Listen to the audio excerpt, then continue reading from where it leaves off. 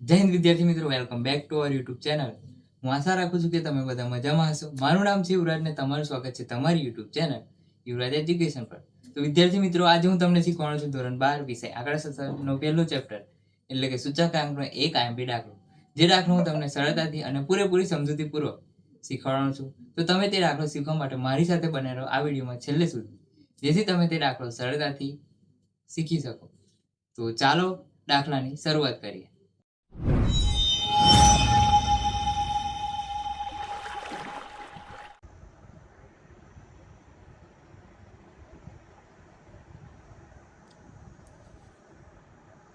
વિદ્યાર્થી મિત્રો, ફરી એકવાર તમારું સ્વાગત છે નવા દાખલામાં. આ દાખલો વિભાગે આપનો બીજા નંબરનો, જેની રકમ કંઈક એમ છે કે 4 જુદી જુદી વસ્તુઓની વપરાશનો જથ્થો અને કુલ ખર્ચ નીચે મુજબ આપેલ છે. વર્ષ 2013ની સરખામણીમાં વર્ષ 2015ના વર્ષ માટે પાસે અને ફીસરનો સૂચકાંક ગણો. તો અહીંયા આપણને વસ્તુ આપેલ છે, આધાર વર્ષ આપેલ છે અને ચાલુ વર્ષ આપેલ છે.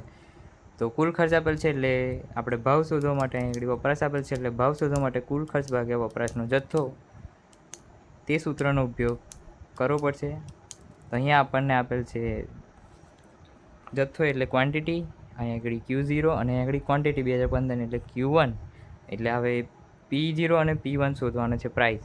તો P1 અને P0 શોધવા માટે કુલ ખર્ચ ભાગ્યા વપરાશનો જથ્થો, તે સૂત્રને આપણે ઉપયોગમાં લઈશું. તો પન્નામાં ભાવ શોધવા માટે ભાવ બરાબર કુલ ખર્ચ ભાગ્યા વપરાશનો જથ્થો. P0 બરાબર વર્ષ 2013નો ભાવ, P1 બરાબર 2015નો ભાવ, Q0 બરાબર 2013ની વપરાશ જથ્થો, Q1 બરાબર વર્ષ 2015ની વપરાશ જથ્થો.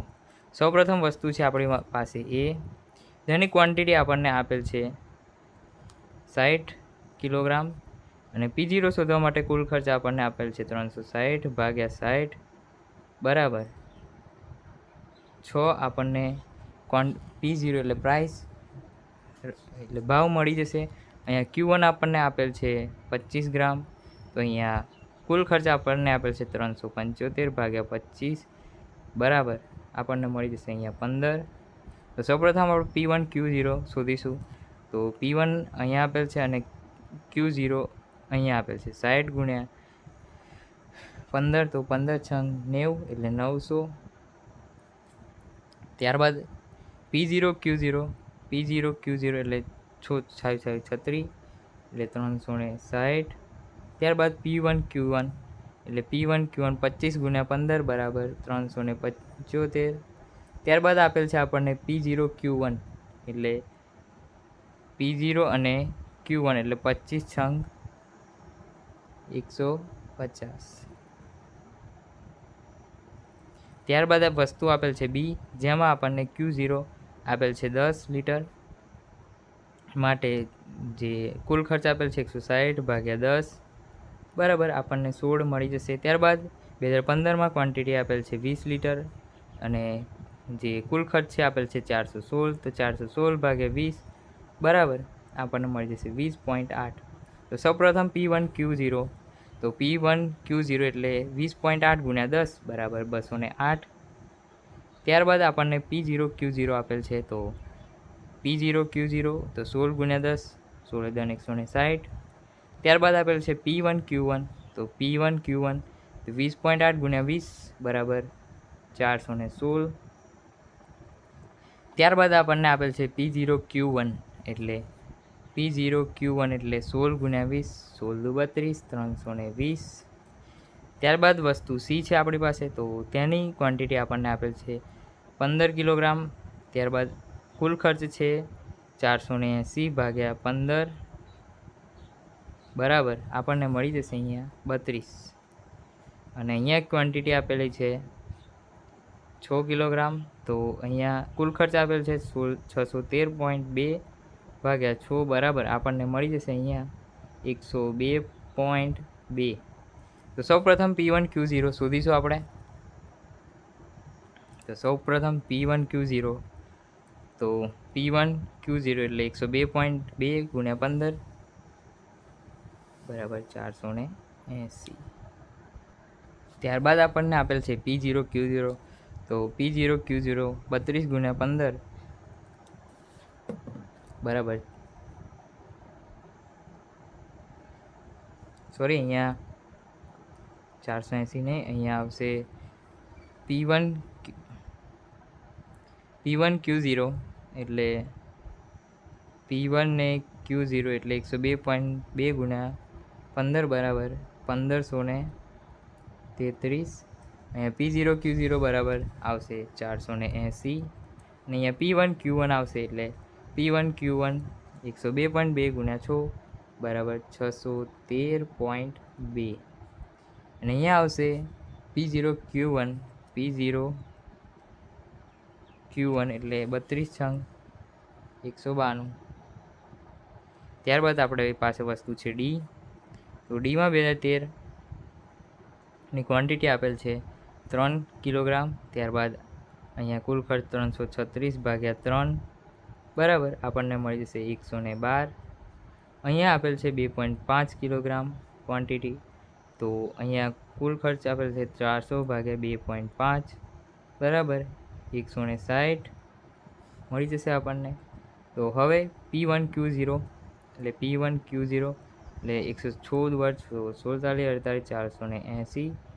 P0Q0 112 ગુણ્યા 3 બરાબર 336. ત્યારબાદ મળી P1Q1 તો 160 ગુણ્યા 2.5 બરાબર 400.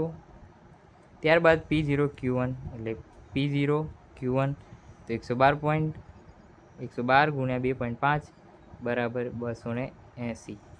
તો હવે આપણે સરવાળો કરી દઈએ વસ્તુઓનો. અહીંયા સિગ્મા P1Q0 બરાબર આપણને સરવાળો ટોટલ તેનો મળી જશે 3121 અને અહીંયા સિગ્મા P0Q0 બરાબર આપણને મળી જશે 1336. ત્યારબાદ સિગ્મા અહીંયા P1Q1 બરાબર અહીંયા મળી જશે આપણને 1804.2 અને સિગ્મા P0Q1 બરાબર આપણને મળી જશે અહીંયા 942. તો ચાલો હવે પાસે અને ફિશરનો સૂચકાંક આ મોડેલ રકમો પરથી આપણે સૂત્રમાં મૂકીને ગણીએ. સૌપ્રથમ આપણે ગણીશું પાસેનો સૂચકાંક. તો પાસેના સૂચકાંકનું સૂત્ર છે સિગ્મા P1Q1 છેદમાં સિગ્મા P0Q1. તો અહીંયા આપણને મળેલ છે 1804.2 છેદમાં 942 ગુણ્યા 100 બરાબર આપણને મળી જશે 191.53 જે આપણો થયો IP એટલે કે પાસેનો સૂચકાંક. ત્યારબાદ હવે આપણને ફિશરનો સૂચકાંક ગણવાનું કીધું છે. તો ફિશરનો સૂચકાંકનું સૂત્ર એમ છે કે વર્ગમૂળમાં સિગ્મા P1Q0 છેદમાં સિગ્મા P0Q0 ગુણ્યા સિગ્મા P1Q1 છેદમાં સિગ્મા P0Q1 ગુણ્યા 100 બરાબર અહીંયા આપણે રકમ મૂકીશું.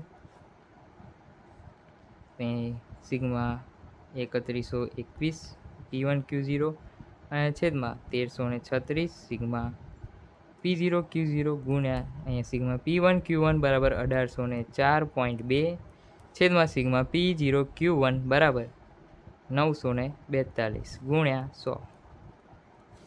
તો અહીંયા આપણને 3121 ગુણ્યા 1804.2 કરીશું તો આપણને 56,30,908.2 જવાબ મળશે. અને છેદમાં 1336 ગુણ્યા 942 કરીશું તો 12,58,512 જવાબ મળશે ગુણ્યા 100 બરાબર આપણને આ બેનો ભાગાકાર કરીશું તો 4.4742 જવાબ મળશે ગુણ્યા 100 બરાબર 2.1152 વર્ગમૂળમાંથી બહાર કાઢીશું તો 2.1152 મળશે ગુણ્યા 100 બરાબર અહીંયા આપણને 211.52 જે ફિશરનો સૂચકાંક તે મળી જશે. IF બરાબર 211.52. તો અહીંયા બીજા નંબરનો દાખલો પૂરો થાય છે. મળીએ હવે ત્રીજા નંબરના દાખલામાં. તો વિદ્યાર્થી મિત્રો અહીંયા આપણો દાખલો પૂરો થાય છે. જો તમને દાખલામાં કંઈ પણ ખબર ના પડી હોય તો તમે કમેન્ટ સેક્શનમાં જણાવી શકો છો, તો હું તમને તે શીખવાડી દઈશ. અને વિદ્યાર્થી મિત્રો વિડીયો જો થોડો પણ સારો લાગ્યો હોય તો તમે કમેન્ટ સેક્શનમાં એક નાની એવી સારી કમેન્ટ કરતા જજો, અને આપણા આ વિડીયોને લાઇક શેર અને આપણી યુટ્યુબ ચેનલ એટલે કે યુવરાજ એજ્યુકેશનને સબસ્ક્રાઇબ કરતા જજો. જય હિન્દ. મળીએ એક નવા વિડીયોમાં.